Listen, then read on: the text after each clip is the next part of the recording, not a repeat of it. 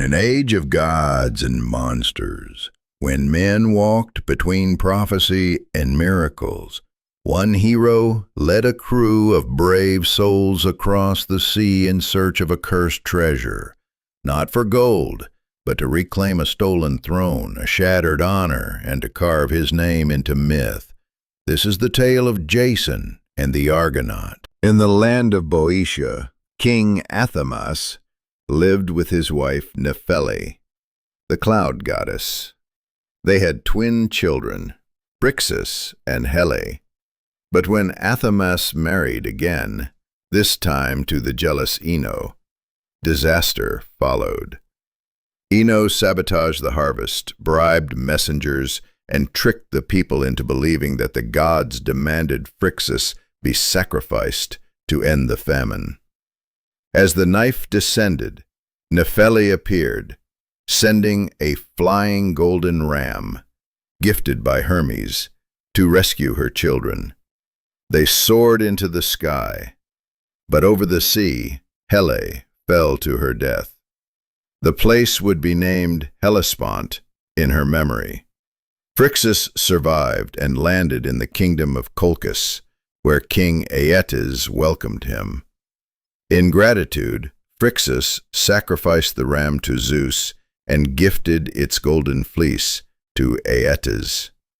The fleece was hung in a sacred grove, guarded by a giant dragon, becoming a symbol of divine power. Far away in Iolcus, a man named Peleus had stolen the throne from his half-brother Aeson. To protect his infant son, Aeson secretly sent Jason to be raised by the wise centaur Chiron.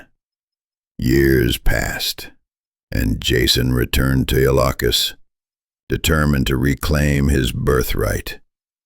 On his way, he helped an old woman cross a river, losing one sandal in the process. The woman was Hera in disguise, testing him.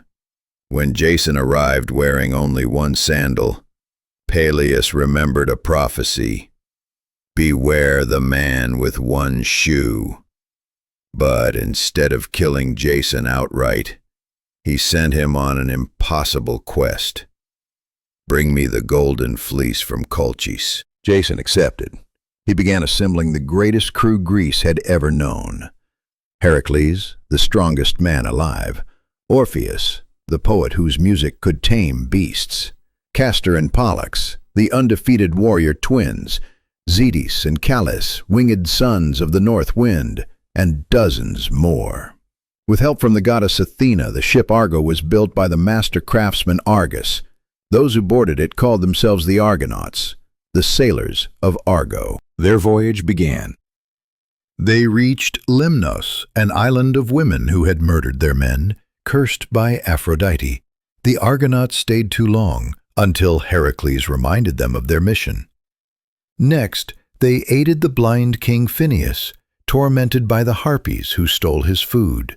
In return, Phineus gave them prophecy, how to pass the clashing rocks, two giant cliffs that crushed every ship. By releasing a dove to fly between the rocks, they found the timing to sail through safely. The rocks, now forever parted, allowed future sailors safe passage. At last they reached Colchis. King Aeetes agreed to give the fleece, but only if Jason could complete 3 deadly tasks: yoke fire-breathing bulls, sow dragon's teeth into a field, defeat the skeleton warriors that would rise from the ground. Jason stood no chance until Medea, Aeetes' daughter and a powerful sorceress, fell in love with him, thanks to Hera and Aphrodite's schemes. She gave Jason a fireproof ointment and told him how to turn the skeletons against each other. Jason completed the tasks, but Aeetes broke his word. That night, Medea led Jason to the sacred grove. Using a potion, she put the dragon to sleep, and Jason seized the Golden Fleece.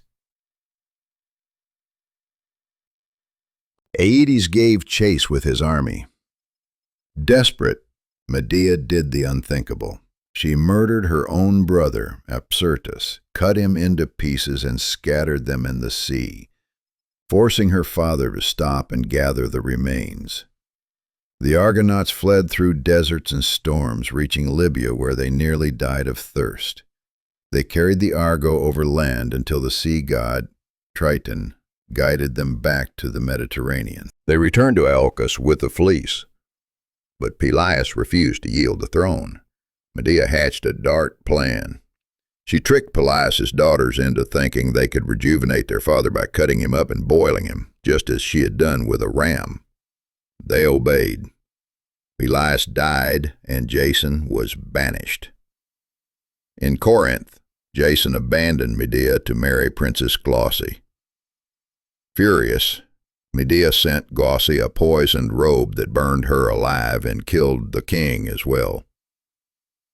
Then, in one final act of vengeance, Medea killed her own children with Jason and escaped on her grandfather Helios' flying chariot. Jason, broken and alone, wandered the earth. Years later, he sat beneath the rotting hull of the Argo until a piece of wood fell and crushed him. The ship that brought him glory became his tomb. Jason and the Argonauts is more than a quest. It's a tale of ambition, love, betrayal, and the terrible price of power. Their story is carved in myth, echoing through time as both triumph and tragedy. So, tell me, if you were called aboard the Argo, would you choose glory or love?